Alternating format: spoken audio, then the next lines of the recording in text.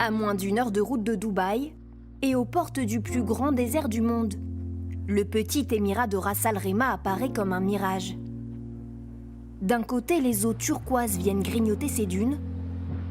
De l'autre, se déploient les monts Hadjar et leurs vertigineuses parois grises et ocre. Donc nous sommes à la montagne de Khat, de la chaîne de Hadjar. Hadjar, ça veut dire pierre en arabe. Depuis 15 ans, cette guide partage avec les touristes sa fascination pour une telle diversité de paysages et ses explications géologiques. On voit très bien aussi les couches qui nous expliquent comment la montagne a été formée. Donc en fait, c'est la plaque tectonique de l'Arabie qui plonge en dessous la plaque tectonique de l'Iran. Ces 2 touristes françaises ne s'attendaient pas à un tel décor. Pour moi, ici, c'était la mer, le désert. Je ne savais pas du tout qu'il y avait de la montagne. Et puis, c'est encore plus surprenant quand on voit que, en fait, de 20 minutes, on passe de l'un à l'autre. Et elles ne sont pas au bout de leur surprise. De la végétation pousse dans ce désert. Car des rivières coulaient ici il y a 7 millions d'années et les nappes phréatiques existent toujours. Les plantes se sont adaptées.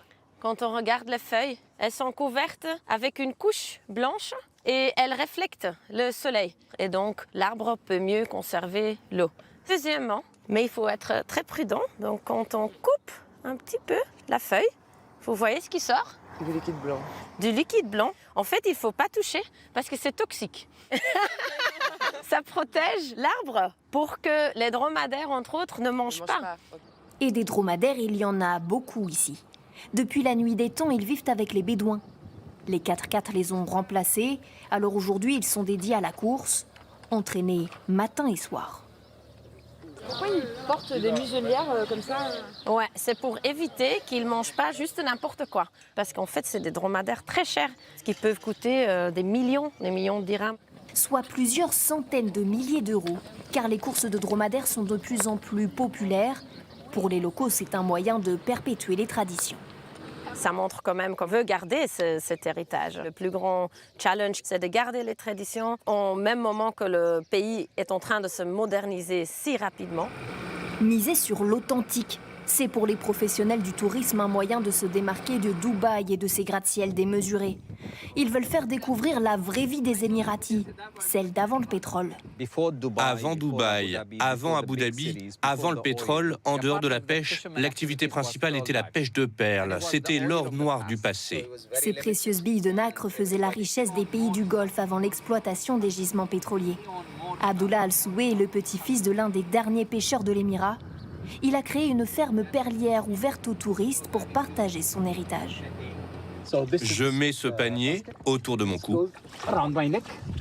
Les pêcheurs de perles plongent à l'aide de cette pierre, descendue et remontée par l'équipe à bord du bateau. Après 1 à 5 minutes en apnée, Le trésor de la mer. à l'époque, les pêcheurs plongeaient jusqu'à 200 fois par jour pour récolter quelques 3000 huîtres.